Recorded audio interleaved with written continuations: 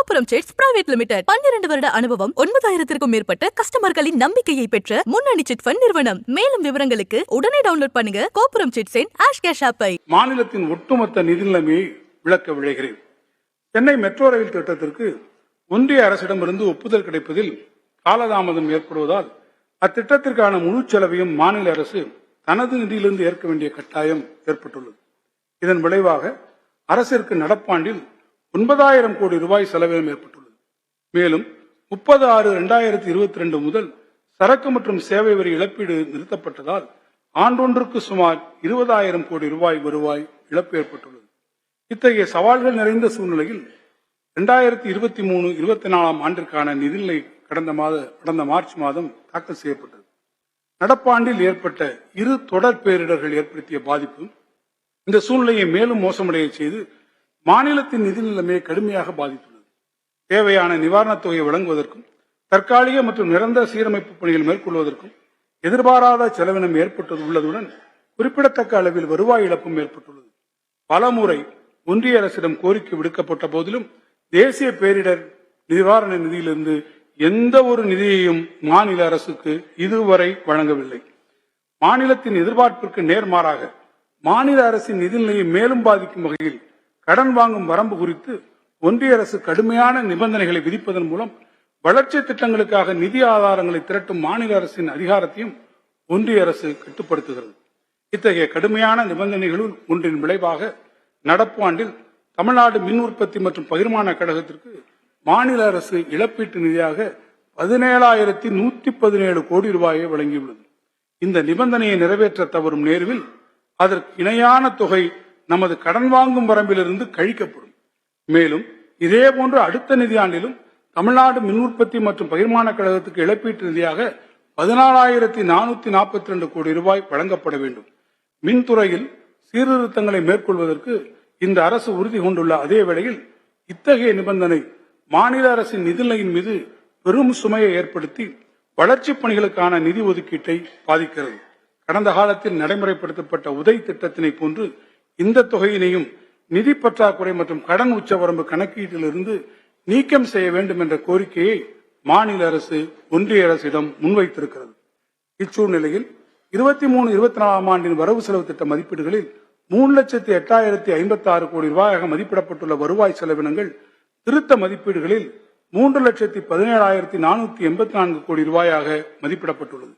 தமிழ்நாடு மின் உற்பத்தி மற்றும் மின் பகிர்மான கழகத்திற்கு 15,594 கோடி ரூபாய் நிதி இழப்பீடு, பேரிடர் நிவாரண உதவி மற்றும் சீரமைப்பு செலவினங்களுக்காக 2,041 கோடி ரூபாய் ஆகியவற்றால் வருவாய் செலவினத்தில் உயர்வு ஏற்பட்ட போதிலும் திறன்மிக்க நிதி மேலாண்மை மூலம் வருவாய் செலவினங்களின் உயர்வு 9,428 கோடி ரூபாய் அளவிற்கு கட்டுப்படுத்தப்பட்டுள்ளது. வருவாய் வரவுகளை பொறுத்தவரையில் 2023-24 ஆண்டிற்கான வரவு செலவு திட்ட மதிப்பீடுகளில் 1,81,182 கோடி ரூபாயாக மதிப்பிடப்பட்டுள்ள மாநிலத்தின் சொந்த வரி வருவாய் திருத்த மதிப்பீடுகளில் 1,70,147 கோடி ரூபாயாக மதிப்பிடப்பட்டுள்ளது. இயற்கை பேரிடர்களின் தாக்கத்தினால் 2023-24 ஆண்டின் வரவு செலவு திட்ட மதிப்பீடுகளில் 20.61% என எதிர்பார்க்கப்பட்ட வரி வருவாயின் வளர்ச்சி திருத்த மதிப்பீடுகளில் 13.26% என குறைவாக மதிப்பிடப்பட்டுள்ளது. மாநிலத்தின் சொந்த வரி அல்லாத வருவாய் 23-24 ஆண்டில் வரவு செலவு திட்ட மதிப்பீடுகளின் ஒப்பிடுகையில் கணிசமாக உயர்ந்து திருத்த மதிப்பீடுகளில் 30,381 கோடி ரூபாயாக மதிப்பிடப்பட்டுள்ளது. வரி விகிதங்களை சீரமைத்தல், வசூலிக்கும் திறனை மேம்படுத்துதல் போன்ற அரசால் மேற்கொள்ளப்பட்ட வருவாயை அதிகரிக்கும் முயற்சிகளின் விளைவாக இந்த உயர்வு ஏற்பட்டுள்ளது. வரவு செலவு திட்ட மதிப்பீட்டை விட சிறிதளவு குறைவானதாகும். வரவு செலவு திட்ட மதிப்பீடுகளில் 49,665 கோடி ரூபாயாக மதிப்பிடப்பட்டிருந்த ஒன்றிய அரசின் வரிகளில் மாநில அரசின் பங்கு திருத்த மதிப்பீடுகளில் 45,053 கோடி ரூபாயாக உயர்ந்துள்ளது. ஒன்றிய அரசு தனது வரி வசூல் அதிகரிக்கும் என்று எதிர்பார்த்ததன் அடிப்படையில் திருத்த மதிப்பீடுகளில் இந்த உயர்வு ஏற்பட்டுள்ளது. ஒட்டுமொத்தமாக 2023-24 ஆண்டிற்கான வரவு செலவு திட்ட மதிப்பீடுகளில் 37,540 கோடி ரூபாயாக இருந்த வருவாய் பற்றாக்குறையுடன் ஒப்பிடுகையில் திருத்த மதிப்பீடுகளில் வருவாய் பற்றாக்குறை 44,907 கோடி ரூபாய் அதிகரிக்கும் என மதிப்பிடப்பட்டுள்ளது. 2023-24 ஆண்டிற்கான வரவு செலவு திட்டத்தில் 36,017 கோடி ரூபாயாக இருந்த மதிப்பிடப்பட்ட தமிழ்நாடு மின் உற்பத்தி மற்றும் பகிர்மான கழகத்திற்கான இழப்பீட்டு நிதி நீங்கலான வருவாய் பற்றாக்குறை திருத்த மதிப்பீடுகளில் 27,790 கோடி ரூபாயாக மதிப்பிடப்பட்டுள்ளது. பேரிடர்களின் விளைவாக வருவாயிலும் செலவினங்களிலும் பாதகமான விளைவுகள் ஏற்பட்ட போதிலும் வருவாய் பற்றாக்குறையை அரசு திறன்பட நிர்வகித்துள்ளது. 2023-24 ஆண்டிற்கான வரவு செலவு திட்ட மதிப்பீடுகளில் 44,366 கோடி ரூபாயாக மதிப்பிடப்பட்டிருந்த மூலதன செலவினங்கள் திருத்த மதிப்பீடுகளில் 42,532 கோடி ரூபாயாக மதிப்பிடப்பட்டுள்ளது. மேலும் வரவு செலவு திட்ட மதிப்பீடுகளில் 10,169 கோடி ரூபாயாக மதிப்பிடப்பட்டிருந்த நிகர கடன்கள் மற்றும் முன்பணங்கள் திருத்த மதிப்பீடுகளில் 6,624 கோடி ரூபாயாக மதிப்பிடப்பட்டுள்ளது. இரு தொடர் பேரிடர்கள் ஏற்பட்டதன் விளைவாக திட்டங்களை விரைந்து செயல்படுத்துவது ஏற்பட்ட தொய்வே இதற்கு காரணமாகும். 2023-24 ஆண்டுக்கான வரவு செலவு திட்ட மதிப்பீடுகளில் 92,075 கோடி ரூபாயாக மதிப்பிடப்பட்ட நிதி பற்றாக்குறை திருத்த மதிப்பீடுகளில் 94,060 கோடி ரூபாயாக சிறிதளவு அதிகரிக்கும் என மதிப்பிடப்பட்டுள்ளது. மாநில மொத்த உள்நாட்டு உற்பத்தி மதிப்பு குறையும் என மதிப்பிட்டுள்ளதன் காரணமாக 23-24 ஆண்டிற்கான வரவு செலவு திட்ட மதிப்பீடுகளில் மாநில மொத்த உள்நாட்டு உற்பத்தி மதிப்பில் 3.25% மதிப்பிடப்பட்ட நிதி பற்றாக்குறை திருத்த மதிப்பீடுகளில் 3.45% அதிகரிக்கும் என மதிப்பிடப்பட்டுள்ளது. தற்போது நான் 2024-25 ஆண்டிற்கான வரவு செலவு திட்ட மதிப்பீடுகளை விளக்க விளைகிறேன்.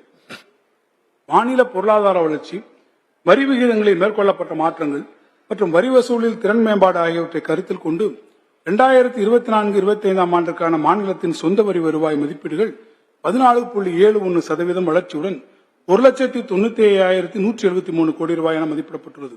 இதில் வணிக வரிகள் மூலம் 1,43,381 கோடி ரூபாய், முத்திரைத்தாள் மற்றும் பதிவு கட்டணங்கள் மூலம் 23,370 கோடி ரூபாய், மாநில ஆயத்தீர்வைகள் மூலம் 12,247 கோடி ரூபாய் மற்றும் வாகனங்கள் மீதான வரிகள் மூலம் 11,520 கோடி ரூபாய் அடங்கும்.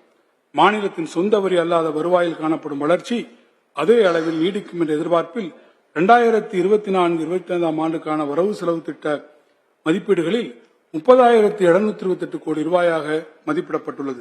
வரும் நிதியாண்டில் சரக்கு மற்றும் சேவை வரி இழப்பீடு முற்றிலும் நின்றுவிடும் என்பதால் 2023-24 ஆண்டிற்கான திருத்த மதிப்பீடுகளுடன் ஒப்பிடும்போது 2024-25 ஆண்டிற்கான வரவு செலவு திட்ட மதிப்பீடுகளில் ஒன்றிய அரசிடமிருந்து பெறப்படும் உதவி மானியங்கள் குறைத்து 23,354 கோடி ரூபாய் என மதிப்பிடப்பட்டுள்ளது.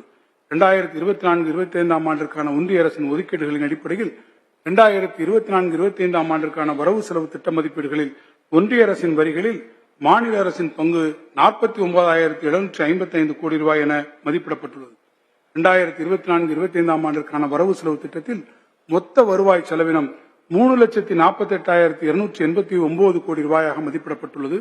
பொறுப்பேற்ற செலவினங்களான சம்பளங்கள், ஓய்வூதியங்கள் மற்றும் வட்டித் தொகை வழங்குவதற்கான மதிப்பீடுகள் அதிகரித்துள்ளது. மானியங்கள் மற்றும் உதவி மானியங்கள் வழங்குவதற்கான மதிப்பீடுகள் 1,46,908 கோடி ரூபாய் என உயர்த்தி மதிப்பிடப்பட்டுள்ளது. இதற்கு முக்கிய காரணம் கலைஞர் மகளிர் உரிமை தொகை திட்டத்தினை முதல் முறையாக முழு ஆண்டிற்கும் செயல்படுத்த உள்ளதால் ஏற்படும் கூடுதல் செலவினம் 5,696 கோடி ரூபாய் ஆகும்.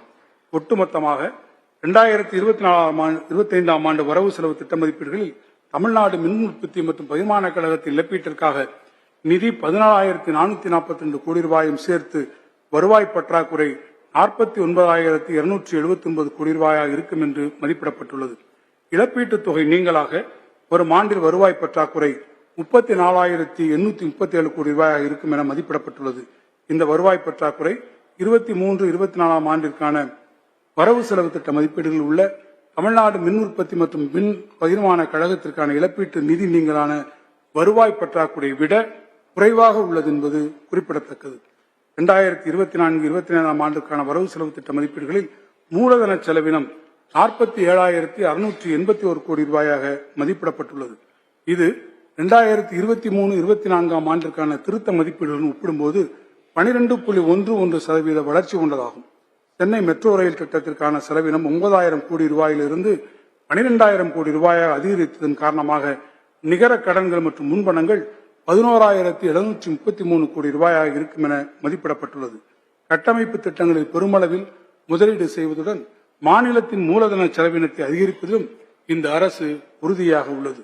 மொத்தத்தில் நிதி பற்றாக்குறை 1,08,690 கோடி ரூபாயாக இருக்கும் என மதிப்பிடப்பட்டுள்ளது.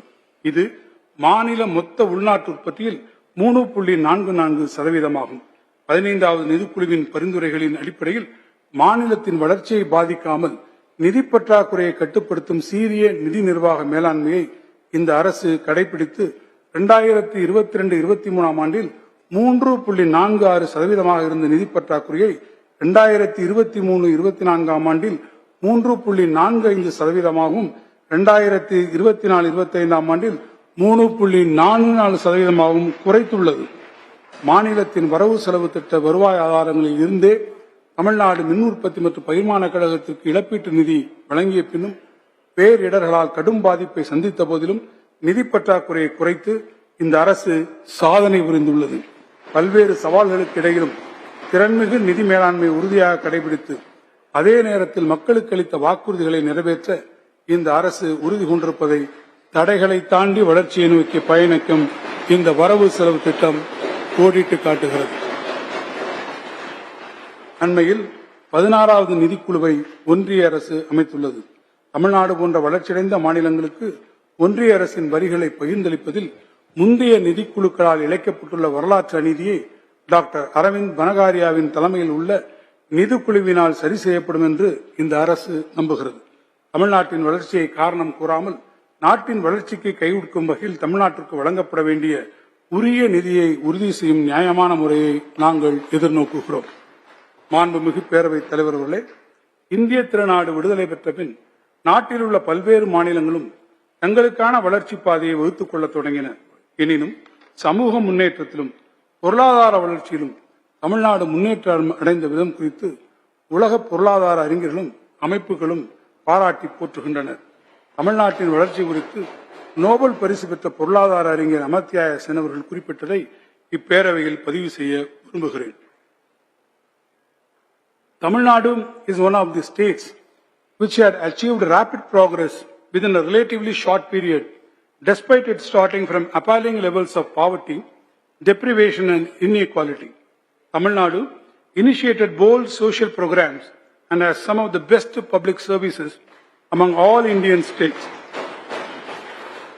and many of them are accessible to all on a non-discriminatory basis. Tamil Nadu has one of the highest per capita income and lowest poverty rates among all Indian states. This is an important example of the complementarity between economic growth and public support. கடந்த 75 ஆண்டுகளில் நாட்டின் சில மாநிலங்கள் பொருளாதார வளர்ச்சி மட்டுமடைந்தன. மற்ற சில மாநிலங்கள் கல்வி, சுகாதாரம் என சமூக குறியீடுகளில் மட்டும் முன்னேற்றம் அடைந்தன. மாற்றாக சமூக முன்னேற்றம், தொழில் வளர்ச்சி என அனைத்து தளங்களிலும் பெரிய வளர்ச்சி பெற்று தமிழ்நாடுதான் முத்திரையை வைத்துள்ளது. குறிப்பிட்டு சொல்வதென்றால் ஏற்றுமதி தயார்நிலை குறியீட்டில் நாட்டிலேயே முதலிடம். மின்னணு பொருள்கள், மோட்டார் வாகனங்கள் உற்பத்தியிலும் ஏற்றுமதியிலும் நாட்டில் முதலிடம். புத்தொழில் சூழல் அமைவுக்கான தரவரிசையில் முன்னணி மாநிலம். தொழிற்சாலைகளில் பணிபுரியும் மகளிரின் பங்கேற்பு நாட்டிலேயே முதன்மை. உயர்கல்வி சேர்க்கையில் நாட்டிலேயே முதலிடம். தேசிய தரவரிசை பட்டியலில் தமிழ்நாட்டை சார்ந்த 144 கல்வி நிறுவனங்கள் இடம்பெற்று நாட்டிலேயே முதலிடம். இவ்வாறு உலகமே வியந்து பாராட்டும் தமிழ்நாட்டின் வளர்ச்சிக்கு அயராது உழைத்த தலைவர்கள் பலரும் இம்மாமன்றத்தில் ஓவியமாக உறைந்து நின்றாலும் நம் எண்ணங்களில் என்றென்றும் நிறைந்து நம்மை வழிநடத்திக் கொண்டே இருக்கிறார்கள்.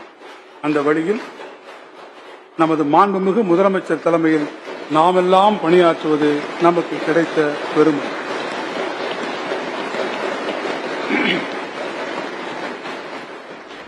காவல் குழவி ஓம்பு கொள்பவரின் ஓம்புமதி அளிதோதானே அது பெருள் அருங்குரைத்தே. ஓர் அரசன் தன்னுடைய குடிமக்களை ஒரு தாய் தன்னுடைய குழந்தையை காப்பது போல் பாதுகாத்திட வேண்டும் என புறநானூற்று பாடல் ஒன்று அழகுற விளக்குகிறது. அதே வழியில் நல்லாட்சி நடத்தி வரும் நம்முடைய மாண்புமிகு முதலமைச்சரின் பாதுகாப்பான கரங்களை பற்றி தமிழ்நாட்டின் மக்கள் தன்னம்பிக்கையுடன் தங்களுடைய வெற்றி பயணத்தை தொடர்ந்து வருகின்றனர். மாண்புமிகு பேரவைத் தலைவர்களே, இந்த வரவு செலவு திட்டத்தை தயாரிப்பதற்கு அயராது உழைத்த நிதித்துறையின் முதன்மை செயலாளர் திரு தா உதயச்சந்திரன் ஈயாப்பா அவர்களுக்கும் நிதித்துறையின் பிற அலுவலர்களுக்கும் எனது மனமார்ந்த நன்றியையும் பாராட்டையும் தெரிவித்துக் கொள்கிறேன். இந்த வரவு செலவு திட்டத்தை செதுக்கிட தேவையான பல ஆலோசனைகளையும் வழிகாட்டுதலும் வழங்கிய மாண்புமிகு முதலமைச்சர்களுக்கு மீண்டும் என் மனம் நிறைந்த நன்றிகளை நான் உரித்தாக்குகிறேன். நான் பிறந்த விருதுநகர் மாவட்டத்தில் தோன்றி சங்க தமிழ் பாடலை பாடிய ஆண்டாள் குறிப்பிட்டு சொன்னதைப் போல, இற்றைக்கும் ஏழேல் பிறவிக்கும் உற்றோமே ஆமே உனக்கே நாம் ஆட்சேபம் என்ற வரியை நினைவு கூர்ந்து முத்தமிழறிஞர் கலைஞர் அவர்கள் உறங்கும் இடம் நோக்கின் பொழுது என் உரையை நான் நிறைவு செய்கிறேன். வாழ்க தமிழ், வெல்க தமிழ்நாடு. நன்றி.